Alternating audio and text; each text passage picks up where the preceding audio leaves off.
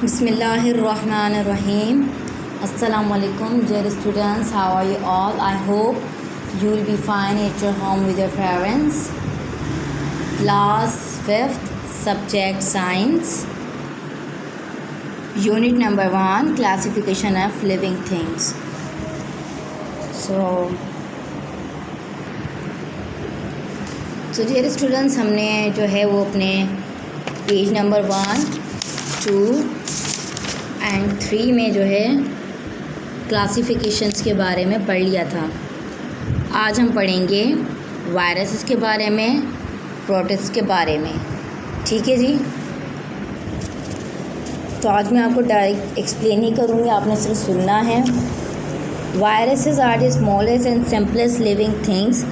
They can only be seen with the help of an electron microscope. Viruses are made up of chemicals which are just like those found in your body. Some scientists say that viruses are not really alive. They can only survive by entering the cells of animals, plants, or bacteria.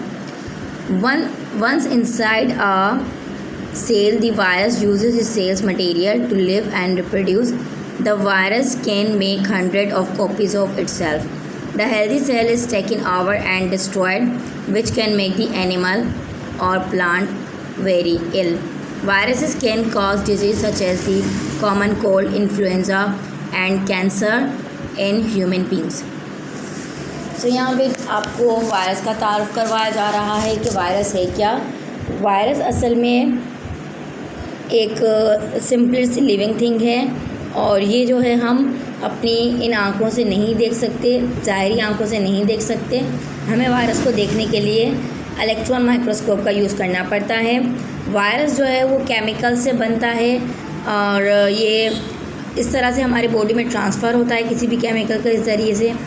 कुछ scientist तो ये कहते हैं कि virus ज़िंदा नहीं होते, ये जब हमारी बॉडी में इंटर करते हैं, सेल्स में, एनिमल्स में, प्लांट्स में या फिर बैक्टीरिया में कहीं भी, तो क्या होता है कि वायरस जो है वो सेल का मटेरियल यूज़ करते हैं ज़िंदा रहने के लिए। फिर वायरस जो है वो अपनी ही 100 कॉपीज़ बना लेता है खुद से ही। तो जो सेल वो सेल को जो है डिस्ट्रॉय कर देता है और कभी कभी एनिमल्स और प्लांट्स को जो है वो इल कर देता है, बीमार कर देता है। वायरस जो है वो बाज़ दफ़ा वजह भी बन जाता है बीमारी की, जैसे सर्दी हो गई, नज़ला हो गया, कैंसर और भी बहुत सारी बीमारियां जो इंसानों को होती हैं। फिर उसके बाद है प्रोटिस्ट। प्रोटिस्ट क्या होता है? Protist are small living thing that can not easily be classified as animal और प्लांट। प्रोटिस्ट एक बहुत ही स्मॉल लिविंग थिंग है। आज तक इसको कोई क्लासीफाई नहीं कर पाया कि ये एनिमल में पाया जाता है या प्लांट में, यानी ये प्लांट है या एनिमल है। An amoeba is single celled protist that live in water. अब देखिए जो अमेबा है सिंगल सेल होता है, प्रोटिस्ट जो है वो पानी में रहता है। It eats by wrapping itself and around its food and then absorbing it through its cell membrane. अब ये क्या करता है? ये फूड लेता है, जिसने इसको रैप किया होता है उसी को ये फूड बना लेता है और फिर ये फूड को जज़्ब करने लगता है सेल मेम्ब्रेन के थ्रू। फिर उसके बाद है पैरामीशियम। अब paramecium is a protist that is covered with hair like threads called cilia. The cilia help the paramecium to swim about in water. It has a kind of mouth and stomach to eat and digest food. अब जब paramecium है ये एक ऐसा protist है जिसके बाल हैं इस तरह से जैसे कि धागे हों, ठीक है जी, जो कि कहलाते हैं सीलिया। अब सीलिया जो है वो उसको हेल्प करते हैं पैरामीशियम को और पानी में स्विम करने के लिए, तैरने के लिए। और उसके साथ साथ पैरामीशियम का एक माउथ भी होता है ताकि वो खा सके और फिर वो फूड को जो है वो डाइजेस्ट कर सके। उसका स्टमक भी होता है कि वो फूड को डाइजेस्ट कर सके। फिर उसके बाद हम आ जाते हैं Euglena. Euglena is a strange kind of protist. It can make food using sunlight like plants.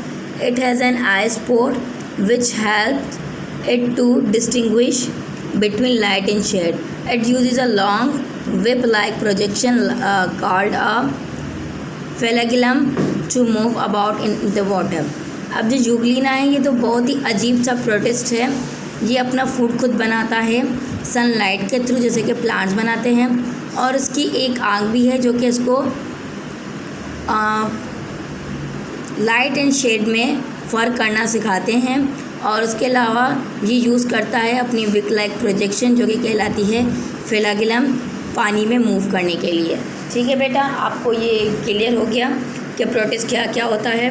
Protist जो है अमीबा, पैरामीशियम, यूग्लिना, ये सब प्रोटिस्ट की फॉर्म है। फिर उसके बाद आ जाते हैं बैक्टीरिया पर। अब बैक्टीरिया क्या है? बैक्टीरिया सिंगुलर जो है वो बैक्टीरियम कहलाता है। ठीक है। Are very small living things made up of only one cell. Some kind of bacteria can make their food. Most bacteria live in the air and water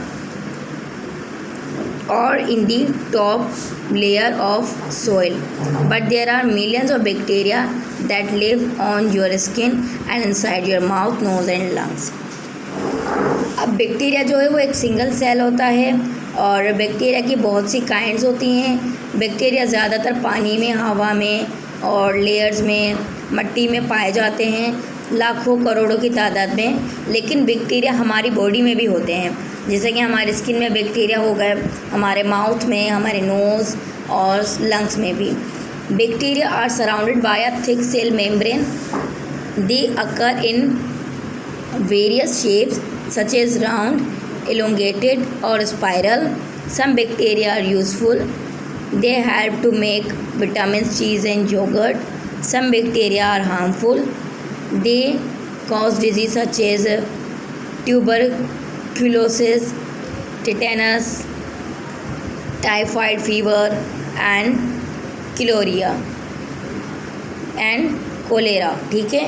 अब बैक्टीरिया जो है वो इनकी एक सेल मेम्ब्रेन होती है, उसके जिसने बैक्टीरिया का अहाता किया होता है।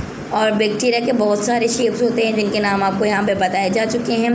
बैक्टीरिया बहुत यूज़फुल भी होते हैं, जैसे हम उसमें से विटामिन, चीज़ और योगर्ट यानी दही वगैरह भी आराम से बन जाता है। लेकिन कुछ बैक्टीरिया जो है बहुत नुकसानदेह होते हैं, जो कि हम बीमारी का बायस बनते हैं, जैसे कि टाइफाइड हो गया, बुखार हो गया और भी बाकी बीमारियाँ जो यहाँ पे मेंशन है। ठीक है बेटा। उसके बाद है द प्लांट किंगडम। अब scientist who study plants are called botanist have divided plants into 4 main groups.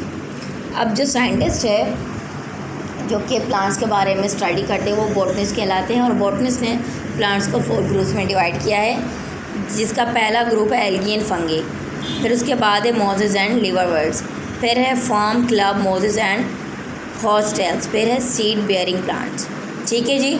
आज हमने आपको प्लांट्स की इकसाम के बारे में बताया है, उनको डिफ़ाइन नहीं किया, बस उनके नाम बताए हैं, बैक्टीरिया के बारे में, प्रोटिस्ट के बारे में और साथ साथ वायरस के बारे में। इंशाल्लाह हम अपनी नेक्स्ट क्लास में इसको मज़ीद और डिस्कस करेंगे। तब तक के लिए आप इसको अच्छे से समझिएगा ताकि आपको मज़ीद आसानी हो सके, और उसके साथ साथ जो है खुद भी इसकी प्रैक्टिस ज़रूर कीजिएगा। तब तक के लिए अपना ख्याल रखिए। अल्लाह हाफ़िज़।